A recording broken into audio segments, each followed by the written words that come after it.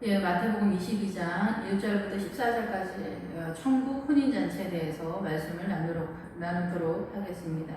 천국 혼인잔치. 예, 예수께서 다시 비유로 대답하여 이르시되, 예, 이 비유는 우리가 잘 아는 것처럼 어떠한 것을 비유로 이제 이야기하는 건데, 이것으로 인하여 우리가 목적하는 어떤 것에 도달한다 이런 뜻이에요. 이게 사고 속에서 우리가 목적하는 어떤 이해도에 있어서 인식할 수 있도록 이끌어내는 세력으로 도구로 사용되고 있습니다. 예, 천국은 이와 같다라는 것입니다. 천국은 마치 이와 유사하다, 비슷하다 이런 이야기를 하는 건데, 천국은 마치 자기 아들을 위하여 혼인잔치를 베푼 어떤 임금과 같다 이렇게 선언합니다. 그래서 어떤 임금은 주권자고 통치자에 대한 이야기이죠. 그래서 왕의 권세로 통치권에 대한 이야기인데, 우리는 선악과를 따먹음으로 인하여서 이 사단의 통치권 속에 들어왔어요. 그래서 사단의 통치권 속으로 들어온 것이 이 세상을 이야기하는 거고, 여기서 복음을 전할 때 한 사람은 자기 밭으로 갔다 이렇게 표현을 할 때 이 밭이 세상에 대한 선언이죠.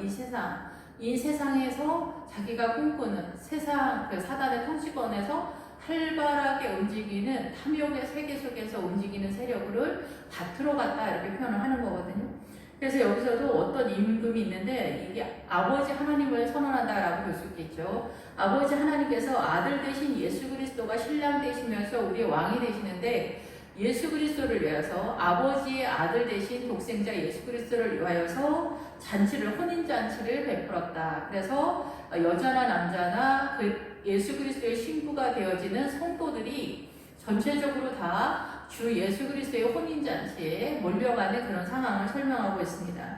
그래서 이 천국은 하늘의 통치권에 대한 이야기인데, 이 천국의 의미에 무슨 이야기가 있냐면, 여기는 고지다, 굉장히 높은 산이다 이런 뜻이 있으면서 우리가 가나안의 7 족속을 말할 때 그 7 족속의 강력한 세력인 아모리 족속이나 여부스 족속이나 헷 족속이나 이런 세력들이 사막지대에 거주한다. 그래서 우리가 보편적으로 일반적인 믿음, 이 평지에서의 믿음을 소유했을 때는 사막지대에 거주하고 있는 사단의 통치권이나 사단의 동선을 이해하지 못한다 이런 뜻이죠. 그래서 우리의 믿음이 가나안에 들어가서 사막지대를 공격해 올라갔을 때야 비로소 그들이, 사단의 강력한 세력들이 어떻게 우리를 공격하는지 그들의 동선이나 그들의 전략이나 이런 것들을 파악할 수 있다 이런 뜻인데, 여기 천국은 바로 그 하나님의 나라의 산으로 표현이 되면서 일어나다 세우다, 어린 양의 성전을 세우는 세력으로서 천국이 선언이 되고 있는 거예요. 그래서 하나님의 통치권이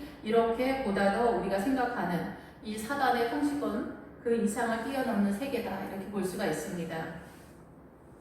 예, 그래서 그 종들을 보내어 그 청한 사람들을 혼인잔치에 오라 하였더니, 그래서 종들은 이제 목회자나 복음전하는 성도들이다 이렇게 볼 수가 있는데, 이 세상으로 선악과를 따먹으면서 사단의 통치권으로 이 세상이 변화했죠.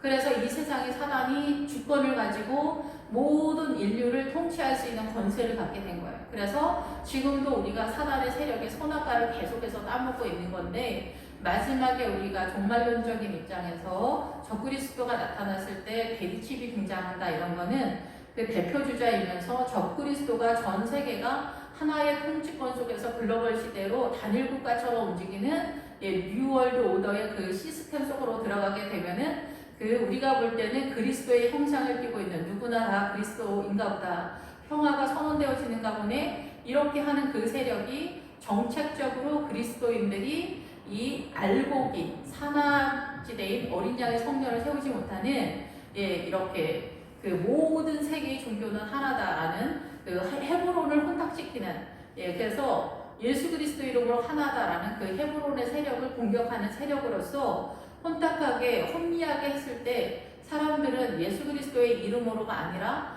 이 사단과 같이 어울리는 그런 세계로 이제 나아가게 되는, 그래서 구원을 얻기에 굉장히 어려운 정책이 선언이 되면서 예수님을 믿어도 구원을 누구도 얻지 못하는 그런 정책을 펼치는 세계가 올 거다라고 그렇게 생각이 됩니다. 그래서 이 천국의 믿음을 이룬다라는 것은 가나안에 들어갔을 때 아버지께서 꿈꾸는 천국, 하나님의 나라의 통치권이 원활하게 이루어지는 자리다 이렇게 표현을 하고 있습니다. 그래서 이 자리에 들어가면 이 세상은 사단의 통치권이기 때문에 이 사단의 통치권에서 하나님의 나라로 빠져나가는 그 선언을 이 혼인잔치에서 선언을 하고 있다는 거예요. 그래서 이 혼인잔치가 어떻게 우리에게 그 하나님의 나라로 초청장을 발부하는가 그것을 이해하지 못한다고 했을 때 여기 혼인잔치에 예복을 입지 않고 들어온 어떤 사람과 같은 형상이 누구에게 거의 대다수에 나타나는 현장이다 이렇게 볼 수가 있습니다. 그래서 그 종들을 보내요. 그 청한 초대하는 사람들을 혼인잔치에 오라 하였더니 다들 오기를 싫어하는 거예요. 이게 천국 예수 믿으세요. 그리고 교회에 나온 사람들도 예수님을 믿는데 주님을 귀하게 생각하지 않고 이 사단의 문화권에 사단의 그 선악과 그리고 이 사단의 오름과 이 사단의 문화권의 탐욕을 따라서 우리가 우리의 마음을 빼앗기는 미혹의 상태에 있다 이렇게 볼 수가 있는 거죠. 그래서 여기에서는 친구여 할 때 여기에서 혼인잔치에서 예복을 입지 않은 그 사람에게 주님께서는 친구여 이렇게 얘기하거든요.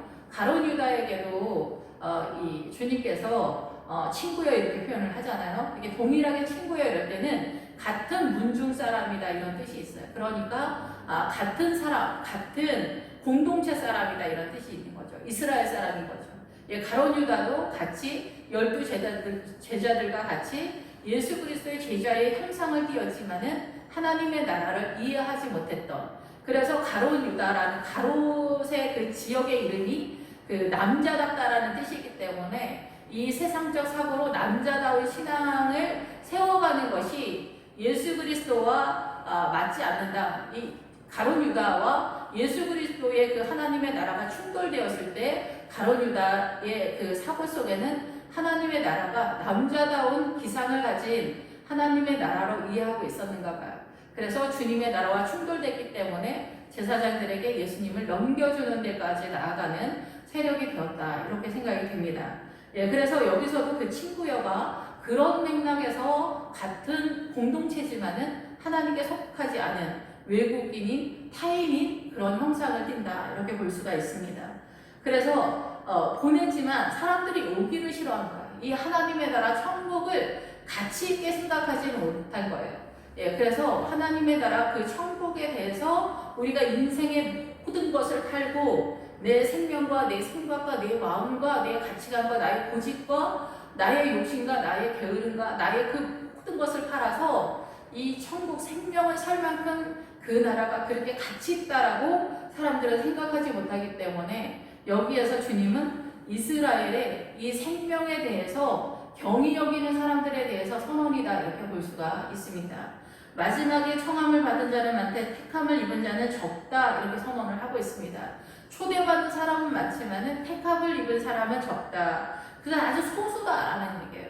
그래서 우리가 문맥상 청함을 받았으면 뭐 폴링이 있었냐, 사명자로서 너는 하나님의 폴링이 있었냐 이렇게 얘기하는데 여기서 택함이라고 하는 말이나 청함을 받은 말이나 사실은 이렇게 내용상은 비슷비슷합니다. 다르고 다른 것 같은 약간의 미미한 차이인 것 같지만은 여기에서는 상당한 차이가 있습니다. 결과적인 거에서. 그래서 처음부터 이 끝까지 이 혼인잔치에서 요구하고 있는 상황이 뭔가를 이해하지 못한다고 한다면 우리는 아마도 예수 그리스도의 혼인잔치에 도달하지 못할 것이고 거의 대부분의 사람들이 이 길을 지금 가고 있지 못하는 상황이다 이렇게 생각이 됩니다. 그래서 여기서도 많은 사람들이 그 하나님의 나라를 이해하거나 구원의 길을 노선을 타지 못하고 있는 입장이다 이렇게 생각이 듭니다. 다시 다른 종들을 보내매 그래서 또 다른 목회자가 늘 새로운 시대마다 모든 사람들에게 복음을 전하는 천국의 복음을 전하는 그런 사람들이 나타나게 된다는 그 시대마다 모세가 등장하는 거예요. 다른 사람, 다른 목회자, 다른 복음을 전한 자들, 메신저들이 나타나게 된다는 거죠. 청한 사람들, 초대한 사람들은 많이 있는데 내가 오찬을 준비하였다 이렇게 하는 거예요. 오찬은 식사라는 뜻이에요. 식사.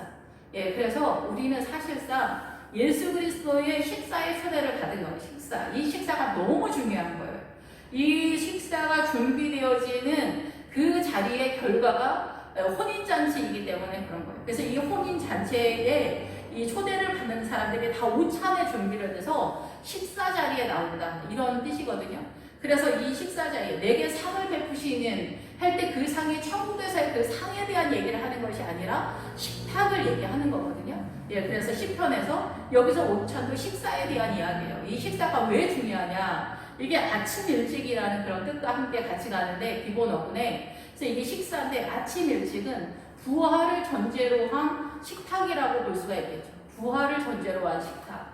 예, 그래서 우리가 룻기에서도 보면은 이 새벽이 오기까지 너는 기다리라 이러거든요. 누다 때 보아스가 이것이 새벽이 오기까지 이방인은 일어날 수 없다라고 하는 예언적 말씀이다 이렇게 이해가 됩니다. 여기서도 새벽이 와야 예수 그리스도의 복음 부활의 신앙을 토대로 해서 창세기서부터 계시록까지 부활의 시각으로 예수 그리스도의 십자가 믿음의 복으로 전환된 그 시각 부활의 시각으로 이 성경이 창세기서부터 계시록까지 보여지는 그 시각을 갖고 있는 그것이 뭐냐? 성경이다 이게. 그래서 식사는 이 성경 내 몸이니 받아 먹으라 라고 할 때 예수 그리스도가 이 성경으로 선언이 되고 있는 거예요. 성경이. 그래서 창세기서부터 계시록까지 예수 그리스도를 아는 것은 이 성경을 통해서 이 오찬을 통해서 아주 쉽게 설명하자면 예배의 자리에 초대를 한다 이렇게 보는 거예요. 그래서 그 예배의 자리에서 예수 그리스도가 어떤 분인지 아버지가 누구신지 이 말씀을 통해서 예배 속에서 선포를 하고 있을 때 받아마시라가 되는 거예요. 예, 그런데 이것이 주일 대예배에서는 너무나 부족한 상태인 거예요. 주일날 대예배 때 목사님들이 설교할 때 오해가 없도록 가장 소화가 잘 되는 미움과 같은 설교를 20분, 30분 전해주는데 그 미움으로 일주일 동안 먹고 버틸 자가 이 세상에 어디 있겠어요?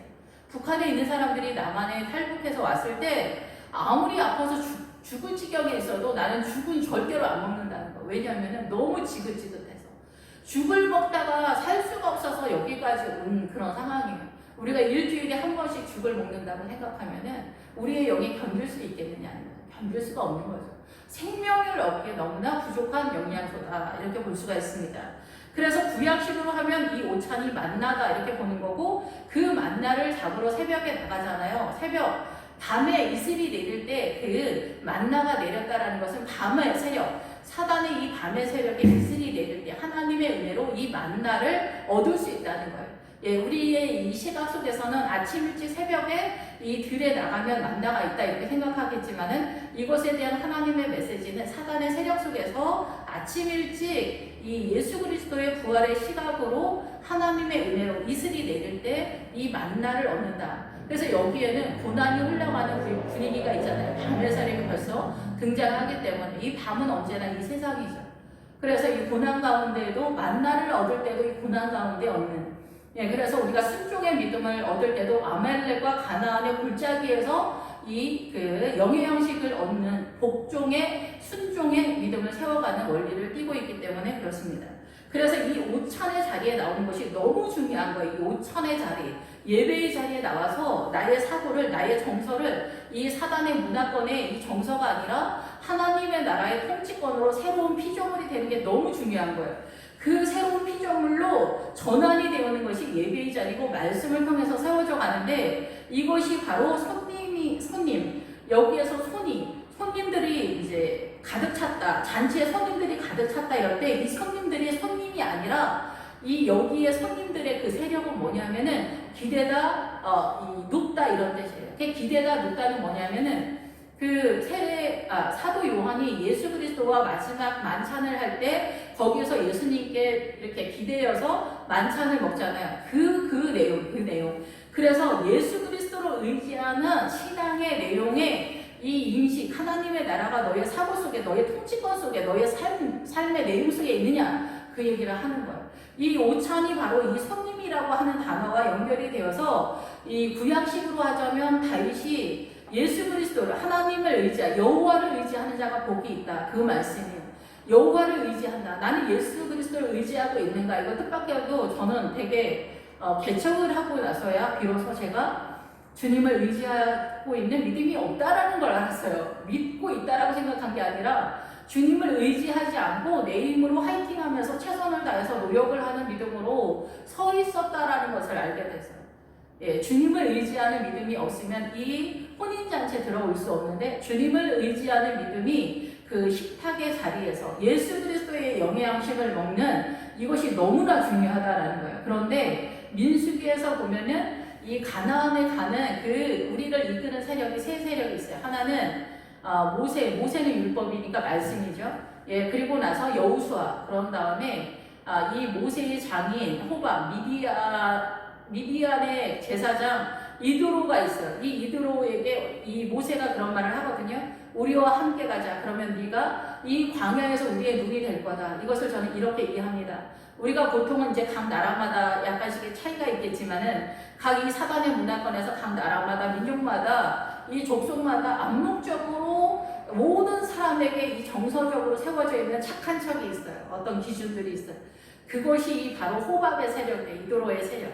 여기는 광야까지, 요단강 바로 전까지 이 호박이 이끌어내. 그러니까 약간의 효과가 있어요. 그런데 여기서 말씀을 우리는 따라가지 않아요. 어느 정도 우리가 말씀을 따라간다고 하지만 우리가 알고 있는 말씀은 이 세상적인 기준으로서 성경을 이해하는 분들이 거의 대다수이고 주일 성수하는 정도에서 가기 때문에 이 설명을 해도 아마 나는 말씀을 따라가고 있어 이렇게 생각하는 사람들이 많겠지만은 제가 이 수십 년 동안 보면서 느끼는 거는 결단코 그렇지 않구나라는 것들을 알게 됩니다. 그러면 이제 나는 예수님을 따라가고 있어. 난 여호수아를 따라가고 있어. 그런데 이 여호수아는 가나안에 들어가야만 여호수아가 완전히 등장하게 됩니다. 아말렉의 전쟁에서 모세는 항복하고 있지만 정작 전쟁은 여호수아가 하고 있거든요. 그래서 우리는 이 광야에서 예수 그리스도, 여호수아를 몇 번 만난 것으로 내가 완전한 믿음에 서 있다라고 착각하는 성도들이 굉장히 많은데 이 몇 번 예수님을 만났다고 해서 우리가 이 성경을 이 혼인잔치에 들어갈 만큼 완전하지 않습니다. 예, 그래서 이 길르앗이 그렇게 믿음이 그렇게 충만한 자리는 거의 아니지만은 이 길르앗이 돌이 많은 지역이다. 이 얘기는 뭐냐면은 예수 그리스도에 대한 경험이 많다라는 그런 뜻이에요. 예, 그래도 이 길르앗이 항상 등장할 때 믿음 좋은 사람들로서 하나님의 뜻을 이루는 자리로서 거의 많이 등장하지 않습니다. 예, 연약하기 때문에 그렇습니다. 그래서 우리는 반드시 예수 그리스도를 따라가기 위해서는 여호수아 그 가나안에 입성했을 때 이 말씀을 가지고 여호수아와 함께 전쟁을 하는 것이기 때문에 말씀을 모르면 전쟁은 불가능한 그런 상태이고 구원이 위험한 이쪽 저쪽의 세력 속에 있겠다라고 이렇게 생각이 됩니다. 그래서 실제적으로 우리의 착한 척하는 그 암묵적인 이 대한민국의 정서 속에서의 이 미디안의 이드로의 세력은 구원으로서 과연 가능하냐 이거죠. 이것이 사단의 세계 속에서 선악의 구도 속에서 선이기 때문에 매우 위험한 그런 상태다라는 거죠.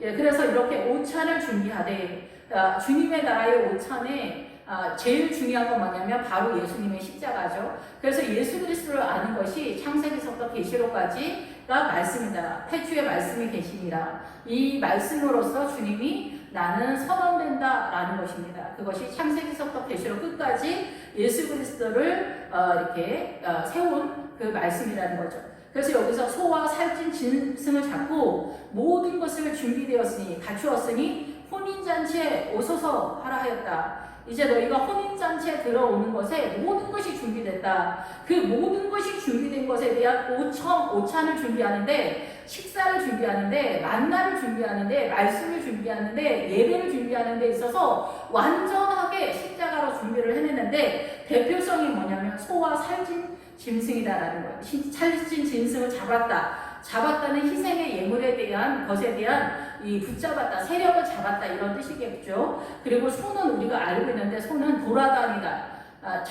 여행을 위해서 잘 돌아다니다라는 기본적인 뜻이 있지만은 이 소의 기본 어구는 자기 자신을 영통하다. 그래서 가나안의 믿음을 세우기 위해서 12명의 정탐꾼이 정탐하는 그 세력. 그래서 이 정탐하는 세력이 베델이라는 뜻이 아버지 하나님의 집이신데 그 집의 기본 어근이 이 영탐하다라는 뜻이에요. 그래서 이 소의 단어가 이 헬라어에서는 영탐하다까지 가는 거예요. 자기 자신 영탐을 옆 사람을 하는 게 아니에요. 교회를 하는 게 아니에요. 목사님을 영탐하는 게 아니에요. 전도사님을 영탐하는 게 아니라 자기 자신의 영혼의 상태를 영탐하는 거예요. 그래서 내 자신에서 올라오는 사단의 세력들을 잡아야 돼. 영탐을 하고 조사를 하고 관찰하는데 그게 누구냐면 나 자신을 주의 은혜로 이 영탐을 하고 정탐을 해서 이 사단의 세력을 잡는 그 전쟁을 해야 된다는 거예요.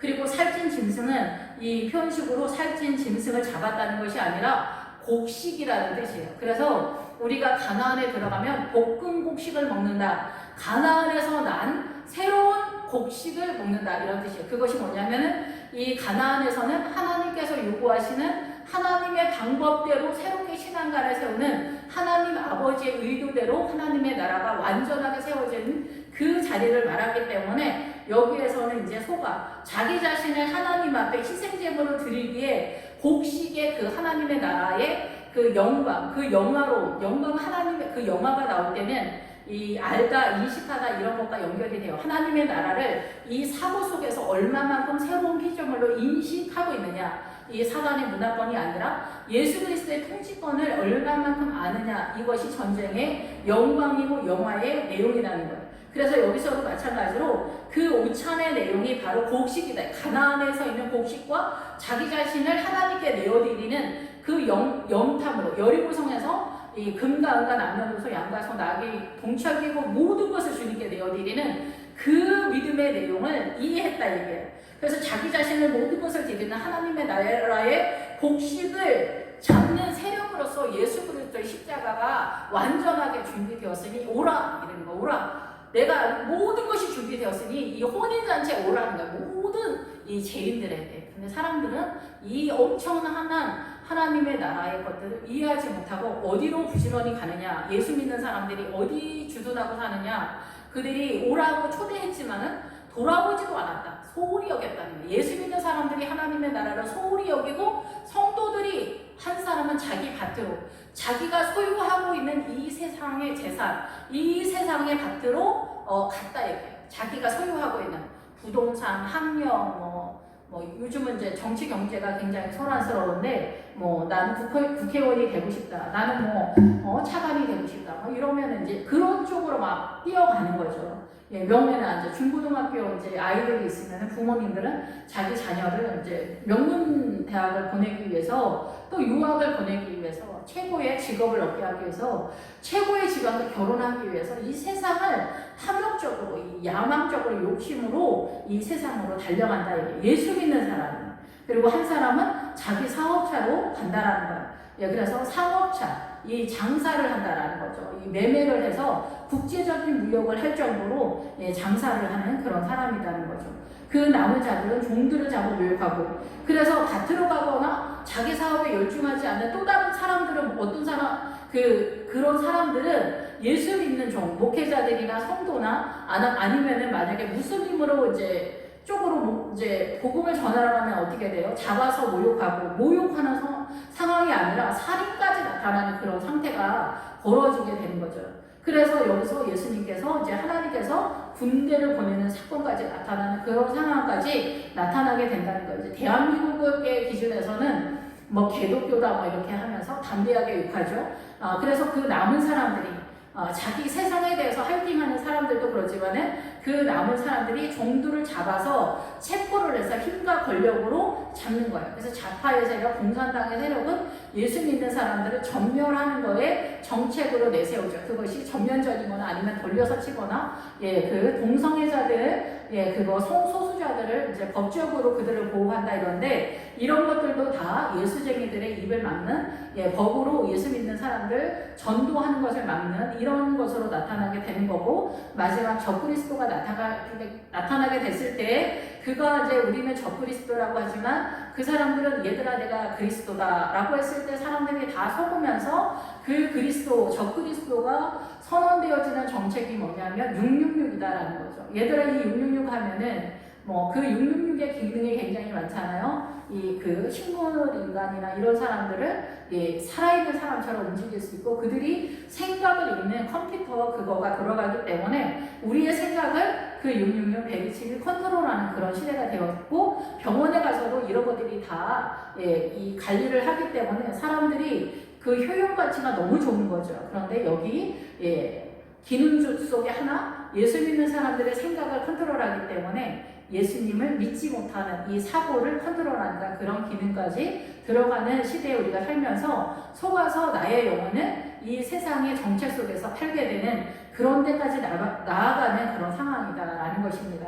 그래서 그 남은 자들이 국가적인 기능이나 개인적인 차원에서 그리고 믿음의 정도의 차이에 따라서 예수님을 적극적으로 생명 다해서 믿는 사람들을 조롱하고 업신여기고 하대하고 멸시하는 그런 것들이 부모 자식 간의 형제 속에서도 나타나는 그런 상황이다 이렇게 볼 수가 있습니다. 크게 작게 임금이 노하여 군대를 보내 그 살인한 자들을 진멸하고 그 동네를 불사르고 이 동네는 큰 규모든지 작은 규모든지 성벽으로 쌓인 어떤 성읍이다 이런 표현이에요. 그래서 이 이슬람 같은 경우는 이슬람의 세력으로 이 성벽을 쳐버리는 거죠. 복음이 못 들어오게. 그리고 이제 그 인도 같은 경우는 힌두교가 그러고 이제 네팔이나 이런 데 불교 뭐 비슷한 그런 종교들이 들어가지 못하게 복음을 내치는 국가적인 기능에서 그런 거고 개인적인 거에서도 자기 자신이 성벽과 같아서 복음을 전혀 받아들이지 않고 개독교들이 헛소리한다 이렇게 생각하는 그래서 자기 자신을 사단의 세력으로 성벽을 치는 거예요. 그러니까 복음을 믿는 사람들의 입장에서는 동성애나 아니면은 자파나 이런 세력들이 우리를 공격해 들어올 때 이것을 막아내는 것 우리 쪽에서도 성벽의 세력으로 있어요. 그래서 가나안에 들어갔을 때도 성벽에 있는 족속이 있고 성벽이 없는 족속이 있다. 기르가스, 브니스 뭐 이런 성읍들은 거의 보통은 성벽이 없다. 그래서 공격하기가 이제 수월한데 대신 그거는 공격을 해도 큰 이점이 별로 없는 보편적인 그런 사단의 세력인 거죠. 근데 여부스 해족속, 아모리 족속 이런 족속들은 엄청나게 세기 때문에 산악에 거주하는 그래서 산악에 거주하는 예루살렘 성, 이 사단 아모리 족속도 예루살렘 성을 사용하고 있습니다. 그래서 아모리 족속이 7성을 7왕으로 구성되었는데 이 아모리 족속이 예루살렘 성읍을 쓰고 아도니세대 공의를 쓰고 있고 헤브론 하나가 되다 연합하다 그래서 이런 것들이 다 여기서 사용되고 있는 그런 상황이죠. 그래서 기독교에서 오히려 이 헤브론에서 이미 다 잡혀서 나가 떨어져 있는 그런 상황이죠. 그것에 대한 대표적인 것이 바로 WCC 세계종교협의회에 대한민국에서 모임을 가져서 구판을 벌린 것 같은 그런 상황으로 주님을 대적하는 상황이었다라는 것을 우리의 눈이 믿음이 추락해서 목사님들이 모르는 상황이었다 이렇게 봅니다. 그래서 우리나라가 지금은 혼탁한 정치 경제 속에서 나라가 어수선한 그런 시대에 살고 있고 백성들도 속수무책으로 어둠의 세력 속으로 이 좌파의 세력에 그것이 좋은 세력이구나 정치 잘하는구나 이렇게 생각하는 그런 어둠에 휩싸인 세력으로 나타나고 있습니다. 그래서 이 성벽들이 불사름을 당하는 그런 상황이 되는 거예요. 그래서 이 예수 그리스도의 복음이 없는 나라는 복음이 지나간 나라는 양반 쌍놈이 다 없어지는데 복음이 지나가지 않은 나라는 지금도 그런 상태에 있는 그런 무슬림이나 이런 거 아내가 4명이나 되고 이런 것들이 단순히 무슬림이어서가 아니라 복음이 지나가는 나라는 이런 것들이 다 무너졌어요. 양반 쌍놈이나 기존 노예 그리고 남자가 하늘이고 아내는 땅이다 이런 어떤 구도들이 다 없어지고 이건 어둠이기 때문에 이 구도가 없어지는데 무슬림이나 인도나 이런 데는 아직도 살아있다. 거의 구약 비슷하다. 이렇게 보는 거죠. 똑같은 21세기 살아도 개인도 마찬가지야. 복음을 지나간 사람, 예수를 믿는 사람과 아예 믿지 않는 사람, 이 사고는 엄청난 차이를 갖고 있다. 이 사고가 그래서 이제 북한의 사고, 일본 사람의 정서 문화, 북한 사람들의 정서, 중국 사람들의 이 정서 문화 엄청난 차이가 있지 않습니까? 예수 믿는 사람과 예수 믿지 않는 사람 이 정서가 얼마나 어마어마하게 차이가 있는지 그것이 바로 오찬에 초대를 받았다라는 것은 예수 그리스도의 이 정서, 하나님의 통치권, 예수 그리스도의 다스림 속에 어린 양을 제물로 드리는 것은 예수 그리스도의 통치권을 주님께 부탁을 드리는 거예요. 주님 나를 통치해 주세요. 주님 왕이입니다. 라는 것에 대한 선언이에요. 이러한 것들에 대해서 주님 앞에 나오는 세력으로서 존재하고 있는 것을 선언하고 있습니다. 그래서 이제 종들에게 이르되 혼인잔치는 준비되었으나 청한 사람, 초대한 사람들은 합당하지 않다. 무게가 나가지 않다는 거예요. 결국은 이스라엘 전체로 표현이 될 수도 있고 이제 지금 우리 크리스천들이 그런 경우도 있지만은 결국은 이제 택함을 입은 자는 누군지 우리는 아무도 모르죠. 예, 비슷비슷하기 때문에 인간의 눈으로 볼 때는. 그러나 하나님의 나라 혼인잔치에 들어가게 되면은 완전한 형태를 알 수가 있겠죠. 그래서 합당하다 이럴 때 가끔 제가 말씀을 드리지만은 가치가 없다, 무게가 나가지 않다 이런 뜻인데, 예, 메네메네 대개 우바르시 벨사살 왕이 저울에 달려서 모자람이 되었다. 예, 성도들이 아버지 하나님의 심판대 앞에 섰을 때 그 믿음이 모자람이 되었다. 여기 혼인잔치에서 네가 어찌하여 친구여 예복을 입지 않았느냐 이렇게 얘기했을 때 이런 사람들이 다 같은 맥락 속에서 메네메네 대개 우바르시는 저울에 달아서 모자람이 된 그런 상태이기 때문에 밖에 던져서 이를 갈미 있는 그 슬피우는 그런 상태가 될 것이다 라는 것입니다.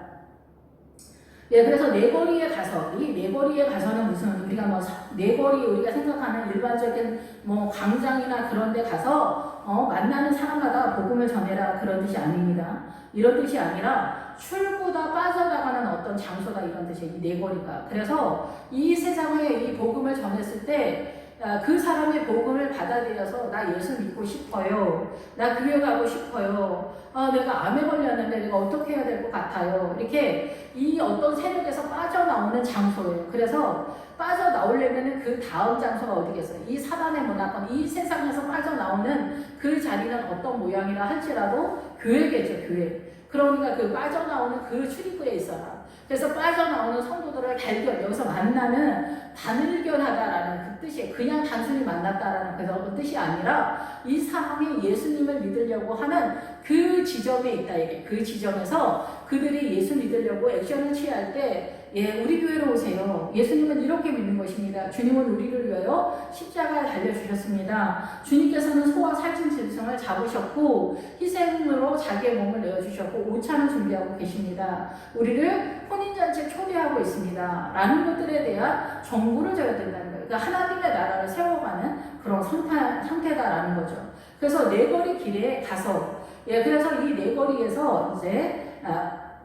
그 복음을 전할 때 그들이 빠져나올 때 이 사단의 문화권에서 생명의 그 종교인 하나님께 나올 때 거기 서서 그들을 맞으라는 거예요. 처음 이렇게 생명으로 빠져나오는 성도들을 이렇게 잘 빠져나올 수 있도록 도와줘라. 그런 사람들을 찾아라. 이렇게 얘기하는 거예요. 만나는 대로 가서 길에서 그러니까 인생길인 거죠. 인생길에서 이 인생길은 단순히 인생길만 말하는 게 아니라 생활, 습관, 문화, 전통 이 모든 사고관 속에서의 이 인생의 전체적인 모든 것을 이 구절에서 그곳에서 이제 빠져나오는 성도들을 잡아서 이 가서는 여행을 하는 거예요. 인생의 그 길에서 얕은 거를 건너는 기본적으로 생명수가 있는 그 길을 넘어오도록 하는 거예요. 예수님의 은혜로 하나님의 세력으로 교회 공동체로 나오도록 유도하는 것으로 나타나는 어떠한 지점이라는 거예요. 그러니까 새신자가 애굽에 있는 세상에 속했던 사람이 교회에 들어오는 그 현장, 그 장소다 이렇게 볼 수가 있습니다.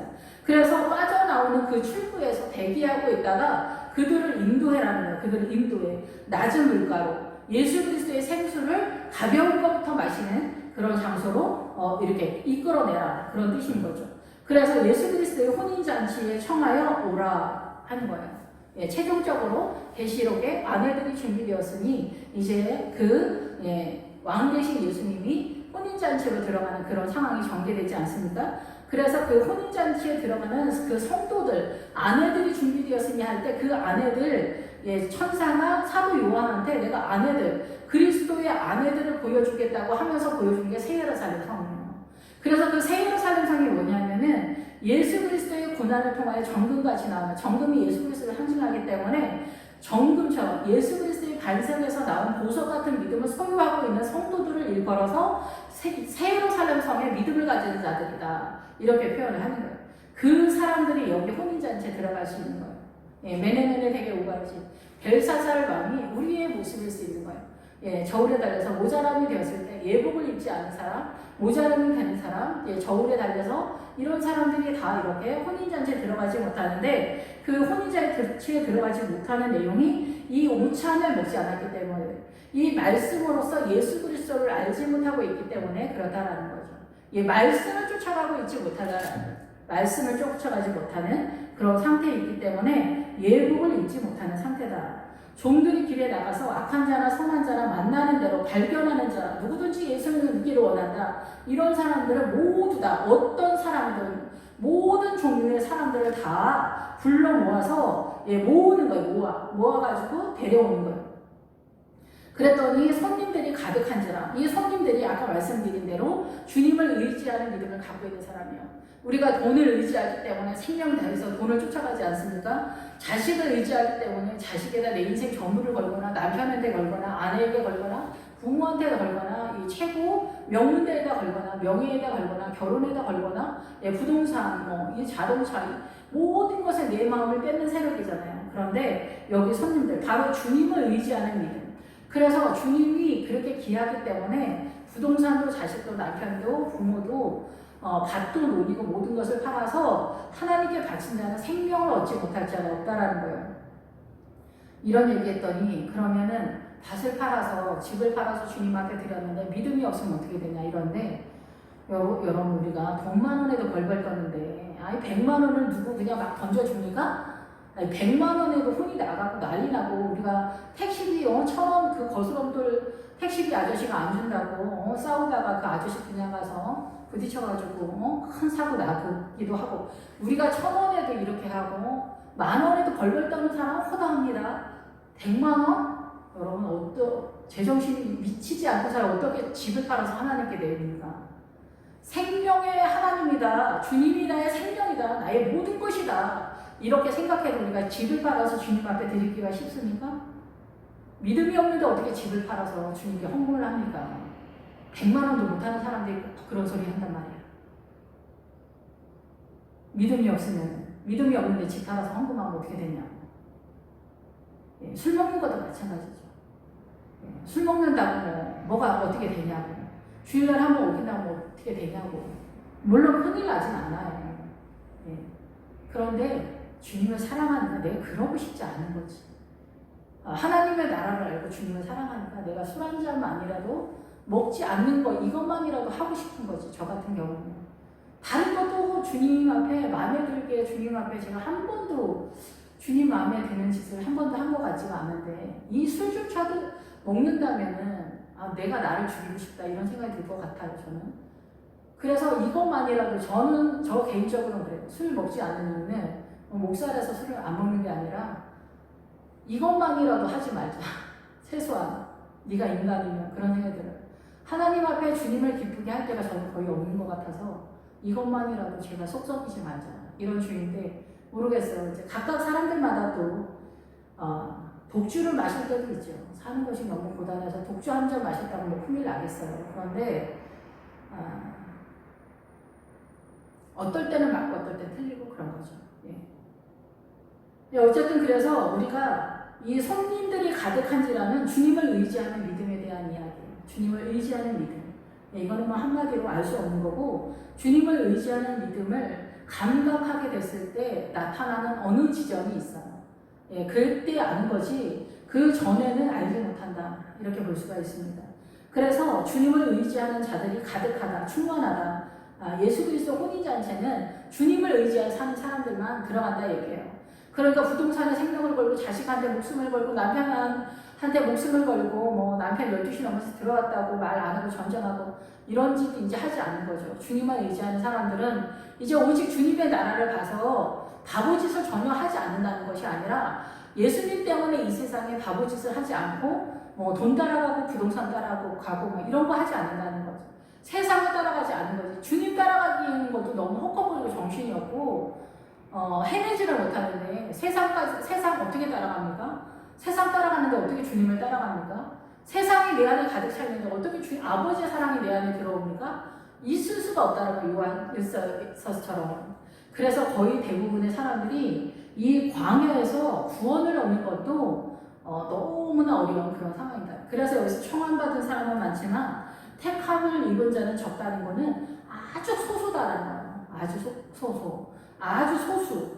그래서 이 택함은 결국은 이 오찬과 이 혼인잔치 손님들과 다 같은 맥락 속에서 무슨 뜻이겠어요? 이게 뽑히다라는 뜻이지만은 여기에 기본 어근에 더 들어가면 말하다, 대화하다. 그래서 이 성경 말씀으로 나의 사고관이 새로운 피조물로 된 사람, 하나님의 나라로 이 성경으로 이 세운 사람, 그래서 이 말씀을 준비한 사람, 광야에서 말씀을 따라간 자만이 여호수아에 들어갈 수가 있어요. 아니, 가나안에 들어가서 여호수아를 따라갈 수 있어요. 여호수아가 거기서 말씀으로 싸우거든요. 전쟁은 말씀의 검으로 싸우기 때문에 가나안에 들어갈 수 있는 사람은 뭐냐? 성경을 알아야 들어가요. 오찬에 초대가 된 거예요. 오찬에 식사 자리에 초대된 거예요. 식사 자리가 예배의 자리이면서 이 말씀을 아는 거예요. 이 말씀을 아는 게 여부수 족속이에요. 가나안에서 이 산악지대에 있단 말이에요. 성경을 깨닫는 게 어려운 거예요. 성경을 깨닫는 게. 우리 보통은 성경을 그냥 문자적으로 본단 말이에요. 눕기에서도 시어머니하고 며느리를 본단 말이에요. 이런 거는 말씀이 아닌 거예요. 눕기에서 시어머니하고 며느리 얘기는 이슬람에도 있고 뭐 힌두교에도 있고 불교에도 있지. 시어머니 훌륭한 시어머니 착한 며느리 이거 어디다 있는 거예요. 흔하진 않지만 이게 복음은 안 되게 우리의 생명을 살리는 세력이 아니다 얘기예요. 이 시어머니는 교회를 상징하고 이 룻은 이방인을 상징하는데 이 교회를 상징하는 나오미 이스라엘이 이 이방인을 이끌어내는 세력으로서 이스라엘의 이름으로 서고 있다는 거예요. 복음을 들어가는 거죠. 새 예루살렘 성의 이 주변이 이스라엘의 12문으로 되어 있잖아요. 이스라엘을 통해서만 이 12문을 이스라엘이 이 성벽이기 때문에 이 12문에 이스라엘을 통하지 않고는 이 예루살렘 성에 들어가지 못한다라는 그런 이야기입니다. 그러니까 시어머니하고 며느리로 이해를 하게 되면은 우리는 복음의 이 생명력을 찾기가 어렵다. 매우 어렵다. 그러니까 우리가 말씀을 따라간다는 것이 생각보다는 훨씬 어려운 거예요. 그래서 여리고성이, 여부수 족속이 이 산악지대에 있어요. 아모리 족속도 해족속도 다 산악지대. 우리가 보통 일반적으로 알지 못하는 세력이라는 거예요. 예루살렘의 믿음에 이르러야 이 산악지대에 거주하는, 이 예루살렘도 언덕이라는 뜻이고 산이라는 뜻입니다. 얘네도 산이에요. 여기 천국이 산이라는 뜻이라고 했잖아요. 세우다, 일어나다, 세우다. 그래서 예루살렘의 믿음에 이르러야 이 사단의 세력을 간파할 수가 있는데, 사단이 어떻게 움직이고, 사단도 평화를 쓰고 공의를 쓰고 사랑을 쓰고 연합을 쓰고 하나 되는 이 세력을 사용하고 있다는 것을 이 여호수아서 읽기만 하더라도 문자적으로도 우리가 알 수 있는 그런 뜻이에요. 물론 이제 목사님들이 설명을 해줘야 되지만은 단순한 문자적으로도 이 선언이 되어져야 되는데 제가 이제 50이 되도록 이렇게 흔하게 듣지 못했었다 이런 생각이 듭니다. 그래서 이 주님을 의지하는 다윗이 말한 여호와를 의지하는 자가 복이 있다. 그 신앙을 갖고 있는 자들이 이 혼인잔치에 들어가 있다 얘기를 하는 거예요. 임금이 손님들을 보러 들어올 때 주님을 의지하는 믿음의 성도들이 있는 그 혼인잔치에 들어보니까 거기서 예복을 입지 않은 사람이 있었다. 웨딩드레스를 입지 않은 사람. 이 예수 그리스도의 혼인잔치에 웨딩드레스를 입지 않은 사람이 있는 걸 봤다. 그래서 친구요, 너도 같이 들어올 수밖에 없는 입장이 있었는데 친구요, 같은 동문의 사람이라고. 문중 사람이다. 문중 사람. 어찌하여 예복을 입지 않고 여기 들어왔느냐. 그가 아무 말도 못했다. 입에 재갈을 물린 것처럼 침묵의 상태에 있었다. 이미 이 상태가 나타나는 상태라고 한다면 자기 인생이 다 드러났겠죠. 내가 오찬의 자리에 나가지 않았고 예배의 자리에 나가지 않았고 주일 대예배 때 핸드폰 하거나 애기 손주 손자 보거나 아니면은 친구하고 떠들거나 졸거나 이렇게 했으면 그나마도 어떻게 이 오찬을 준비할 수가 있습니까? 안 되는 거죠. 안 되는 거예요. 이 죄를 만만히 보면 안 됩니다. 이 사단의 문화권의 모든 이 문화가 우리 사고 속에서 우리를 속이고 있어요. 그래서 그 속이는 사고 속에 있기 때문에 우리는 가만히 있어도 죄가 강같이 흘러갑니다. 남편이 하늘이다 이런 사고를 갖고 있는 사람은 십자가를 간접적으로 부정하는 사람. 남편은 하늘이고 아내는 땅이기 때문에 이 아내가 순종할 때 이게 하나님의 나라다 이렇게 생각하는 사람이 얼마나 많습니까? 이게 바로 구약인 거예요. 십자가가 다 해결해 놓은 거를 본인이 구약으로 지금 그 율법적 신앙 속에 있는 거예요. 율법적 신앙은 이 부활의 신앙의 눈을 갖고 있지 못한 게 율법적 신앙인 거예요. 이런 사람 결국 교회에 엄청 많잖아요. 가만히 있어도 죄가 흘러가는 거예요. 아내를 바라볼 때 종처럼 대한다. 어디서 말대꾸하냐. 아내는 사람이 아닌 거야. 말대꾸는 누구한테 쓰는 겁니까? 이 말대꾸 하지 말라는 말을 우리가 남한테도 하지 못하잖아요. 친구한테 너 말대꾸 하지 마 이렇게 합니까? 동생한테도 함부로 쓰는 말이 아니잖아요. 무례한 말투잖아요. 아내한테 항상 쓰는단 말이에요. 말대꾸 하지 말라. 남편한테 어디 말대꾸를 하냐. 이 세상에서도 이미 복음이 지나간다는 남편과 아내가 하나인 것은 서로 존중하고 서로 사랑하고 서로 귀하게 생각하고 하나님의 나라를 세워가야 할 다른 모양의 사명을 가진 남자, 다른 생명을 사명력으로 갖고 있는 여자예요. 그러니까 하와가 생명이기 때문에 이 아내가 믿음으로 제대로 서지 못하면 남편은 생명력으로 설 수가 없습니다. 왜냐하면 이 아내가 생명을 간장하는 영적 리더로 서 있기 때문에. 그래서 이 선악과로 제가 들어왔을 때 이 여자가 밑으로 들어간다. 왜냐하면 복음을 숨기는 거예요. 복음을 끌어오는 세력을 밟아서 감춘 거예요. 바닥에다. 이렇게 밟아놓고 있는데 그것을 우리는 느낄 때는 어디서 말대꾸를 해요? 하늘 같은 신랑한테. 이렇게 생각하는 거예요. 이 구도를 그냥 가지고 있으면 이 복음이 안 보여요. 이 가정이 어린 양의 성전이 세워가는 그 구도에서 잠언 31장이 왜 아내가 현숙한 연이라고 합니까? 수종드는 남편한테 수종드는 여자는 현숙한 여자가 되지 못하고 이렇게 현숙한 여자가 아니라 원래 원어적 뜻은 강한 여자라는 뜻이에요.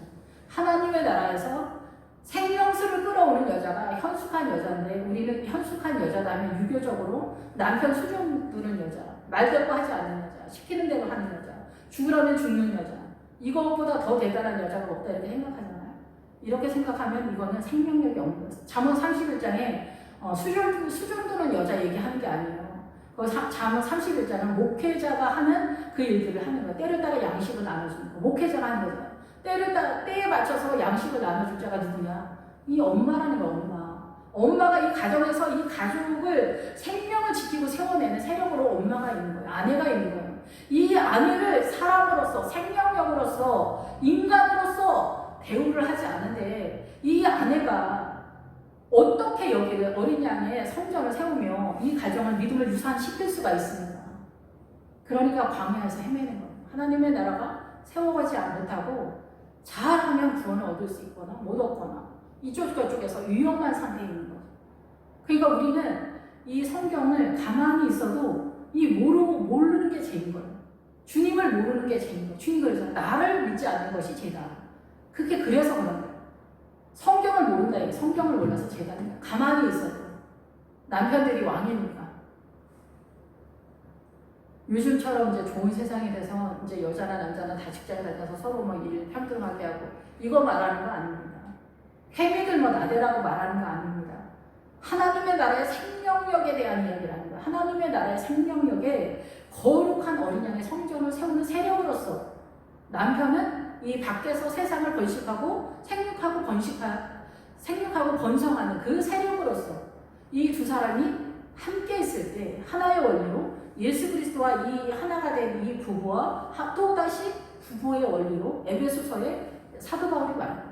내가 교회와 그리스도에 대해서 말한다. 이 얘기를 합니다. 이 복음의 원리를 알지 못하면은 뭐 천년을 예수를 믿어도 성경을 모르면 안 되는 거예요. 이 오찬의 자리에 나와서 이 오찬의 자리에서 성경을 알지 못하면은 이게 주님을 의지하는 믿음으로 가지 못하는 거예요. 그래서 부자가 천국 들어가기가 어렵다라는 거예요. 돈이 많으면 돈이 나를 다 컨트롤하기 때문에 내가 돈을 의지하기 때문에 돈이 나에게 예수님보다 더 도와주니까 생명이 왔다 갔다 하는 거 빼고 돈이 다 도와주잖아요. 이 세상으로. 근데 주님은 우리가 가난할 때 주님을 의지하면 주님은 내가 원하는 대로 도와주는 게 아니라 생명으로 도와주기 때문에 가난할 때 생명이 어린 양의 성전에 세워가는 그 원리를 띠기 때문에 가난한 자가 허위에서 훨씬 복된 그런 삶을 사는 거예요. 근데 우리 가난할 때 너무나 힘들죠. 그냥 비명을 지르고 아우성인데 저도 그렇고 그렇지만 가난이 유익이고 고난이 유익인 그런 상태예요. 예, 그래서 그 사람은 매너면에 되게 우발하신 상태에서 벨사살 왕처럼 모자람이 되었을 때 밖으로 내던지는 그런 상황이 되는 거고 이 손님들이 가득한 예수님의 혼인잔치에 들어가고 싶으면은 성경을 잘 알아야 된다는 거예요. 성경을 의지하는 믿음이 돼야 된다. 그냥 단순히 문자적으로가 아니라 주님을 따라가기 위해서 성경을 마치고 교회에서 우리 목사님이 말씀하시거나 이런 것들을 따라가보세요. 따라가면 분명히 지독한 가난을 만나게 되어 있어요. 미치도록 가난한 그 자리를 만나게 됐어요. 그러면 거기서 바로 주님을 의지하는 믿음들이 나타나기 시작하는 거예요. 그냥 나 이제 오늘부터 주님 의지하고 화이팅 하겠다. 화이팅으로 주님을 의지하는 믿음으로 생기는 게 아니에요. 지독한 가난 속에 주님을 의지하는 믿음이 생겨요. 돈이 많으면 부자는 안 된단 말이에요. 안타깝게도. 돈이 많으면 세상을 가지고 있기 때문에 여기서 자기 밭으로 자기가 소유하고 있는 것을 가지고 세상으로 간다 얘기예요. 자기가 소유하고 있는 사업으로 장사하러 나간다 얘기예요. 적극적으로. 그 남은 자들은 또 하나님의 나라를 비우고 업신여기고 조롱하고 하대하고 예수쟁이도 웃긴다. 이게 다 부모 자식 간에 나타나는 목숨 다해서 생명대의 복음을 따라가는 자를 병신들이라고 하잖아요. 바보들이다, 멍청하다, 저거다. 너는 게 한심하게 인생을 사냐. 다 멀리 있는 세력이 아닙니다. 이게. 우리 동네 얘기고 우리 집안 얘기고 내 자신 얘기라는 거예요. 내 자신이 이 남은 자들 속에 많이 있죠. 그래서 청함을 받는 자는 많대 택함을 입은 자는 적다. 이 청함 받는 사람들 콜링도 여기 다 같이 가요. 주님 콜링을 받았냐, 목회자들 콜링 받았냐. 콜링 받지 않았는데 온 사람들도 많아요. 예. 요즘은 대학원, 신신에서 오는 장로님들 되게 많아요. 신학대학원에. 예, 그래서 이 청함을 받은 자가 엄청나게 많은 거예요. 청함 받는 사람 엄청나게 많아. 이 모양 저 모양으로. 그런데 택함을 받은 자는 뭐냐면 뽑힌 사람들이라는 거예요. 우리가 요즘 이제 연예인, 꼬매애들 노래하고 막 이런 애들 이제 이렇게 막 면접을 해봐가지고 1000대 1이다, 2000대 1이다 막 이러잖아요. 몇백 대 1이다, 연예인들, 탤런트 이런 거. 그거 왜 그래요? 딱 봤을 때 감각이 있는 거죠. 하나님의 나라에도 마찬가지. 얘는 틀리구나, 이런. 뽑힌 자라는 뽑힌 자. 예. 그래서 이 뽑힌 자의 내용이 뭐냐면은 말하다요. 골라내다 이게요. 골라내. 예, 그래서 말하다요. 세상적인 골라내는 게 아니라 순종의 길을 가야 됩니다. 이 광야에서 고난의 자리에서 튕겨져 나가면 안 돼요. 가난하면 이제 바로 돈 벌러 나가고 그러면 세상으로 화이팅을 하는 거거든요, 바로. 근데 복음을 따라가고 아버지의 뜻을 따라가는 사람은 이 가난을 견뎌내고 참아내는 거예요. 그것이 거의 70~80%를 차지하고 있거든요. 참고 견뎌내는 그 세력으로서 뽑히는 거예요. 그래서 혹독한 가난을 견뎌내는 거예요. 계속. 아르바이트로 나가고 돈 벌러 나가고 자식 더 좋은 학원 보내려고 직장 나가고 이러면 어떻게 하나님의 나라를 그냥 놓는 거잖아요. 그 방법 하나하나 다 주님을 따라가는 여러분의 자리에서 삶의 자리에서 믿음을 세워가고 있을 거라고 생각합니다. 생각보다 이 택함을 받는 건 주님이 그냥 딱 택했다라는 게 아니에요. 내가 너만 일로 와. 이게 아니라는 거예요. 이 사람이 그 길을 가고 있다는 거예요. 이 오찬의 자리에 나와서 이 말씀을 깨달으려고 주야로 묵상한다. 복 있는 사람. 내 안에서 으르렁 거린다 얘기해요. 이 말씀에 나를 맞추려고 순종하려고 그런 지독한 가난과 처절함과 무시함과 경멸을 당하고 살인까지 당하면서 모욕을 당하면서 형제나 부모에게도 이 수모와 멸시 천대를 받으면서 그 길을 포기하지 않는 돈 벌러 나가지 않는다 얘기예요. 거의 기본적으로 돈 벌러 안 나간다 얘기예요. 생명을 위해서 기도의 자리, 가난의 자리 견뎌낸다 얘기예요. 그럴 때 이 말씀이 하나씩 보이기 시작하는 거예요. 저 개인적으로는 여호수아에서 배행하라고 하는 단어 하나 깨닫는데 6시간씩 40일 장척기도 해서 그거 하나 깨닫는 거예요. 쉽지 않다라는 거죠. 주님 제가 어떻게 휴거가 될 수가 있습니까? 제가 주님을 사랑하지 못하는 것 같은데 어떻게 해야 됩니까? 40일 작전기도 하고 나서 주님이 한마디 주신 것이 내 이름을 사용하라는 거였어요. 하나 이렇게 가는 거예요. 돈 벌러 나가면은 거의 대부분은 집중할 수가 없는 구도가 많아요. 주님 앞에. 직장 생활을 하지 말라는 게 아니라 지금 이 시점에 직장을 잡으려고 너무 애쓰지 말라는 거예요. 근데 또 집에서 이것도 저것도 아니면서 일하지 말라는 건 아니에요. 그러면은 중간에서 아르바이트 정도 4~5시간 한다든가 하나님 앞에 집중하면서 남은 시간에 또 돈을 이렇게 성도들은 이렇게 해요. 목회자가 돈을 벌려고 움직인다. 뭐 목회자가 돈을 사기를 친다. 끝난 거지. 끝났어. 어쩌다 한번 사고 칠 수 있지만 나이 드신 목사님들이 의외로 사고를 많이 치는 거예요. 주님이 눈 감고 있지 않은 거예요. 주님이 바보가 아닌데 뭐 구원을 못 받는다는 얘기하는 게 아니라 여기에서 이 혼인잔치에 들어가기가 그렇게 해서는 제 경험으로는 주님 의지 못합니다. 돈을 다 놓기 전에 주님 의지하는 믿음이 세워지지 않습니다. 이 돈을 마지막 수만순처럼 내려놓기가 너무 애가 타지 않습니까? 돈이 우리 생명이죠. 오죽하면 이 돈을 피 같은 돈이라고. 성도들도 이 돈을 다 피 같은 돈이라고. 돈을 너무 사랑하기 때문에. 사실은 우리 돈을 피 같은 돈이라고 하면은 죄라고 생각이 드는 거죠. 근데 우리 모두 다 이게 피 같은 돈처럼 느껴지거든요. 살아가는데 돈이 막 생명처럼 느껴지죠. 그래서 우리 죽는 순간까지 깨닫지 못하다가 죽는데 그 돈에다 내 생명을 다 걸고 죽죠. 그래서 이 주님의 혼인잔치에 못 들어가는 거예요. 주님의 혼인잔치에 못 들어가요. 예. 주님을 의지하지 않은 거예요. 예. 나머지 자기 삶의 자기 믿음의 내용에서는 본인 자신을 정탐해야 되겠죠. 그래서 소의 세력에서 소가 세상을 돌아다니면서 자기 자신을 정탐하는 그 세력이거든요. 가나안에 들어가면 곡식을 먹는 가나안이 준비됐다 이거예요. 예수님의 십자가를 통해서. 계시록 1장에 나오면 촛대가 이제 교회잖아요. 교회가 성소에서 나온 것 같아요. 제가 볼 때는 성소에서 원래 번제단이 밖에 있고 성소는 안에 있고 등잔대잖아요. 그 등잔대가 밖으로 나온 거예요. 십자가 때문에 누구나 볼 수 있도록. 그 등잔대가 촛대를 옮긴다는 거예요. 그래서 촛대가 밖에 나와 있는 그런 상황이잖아요. 예수 그리스도의 촛대가.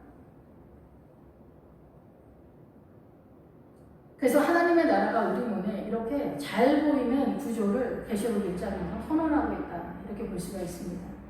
그래서 누구든지 혼인잔치에 들어가고자 원한다면은 여기저기 뛰어다니고 뭐 궁이 쫓아다닌다고 되는 거 아니고 유튜브에 목사님들 많으니까 성경을 여기서 조금 저기서 조금 볼 줄 알고 창세기서부터 계시록까지 좀 잘 보시고 말씀을 좀 더 딱딱한 음식 위주로 조금 보는 훈련을 하다 보면은 말씀에 나를 맞추다 보면은 이 혼인잔치에 들어갈 수밖에 없는 무게가 나가는 그 성도가 될 것이다 이렇게 생각이 듭니다. 기도하겠습니다.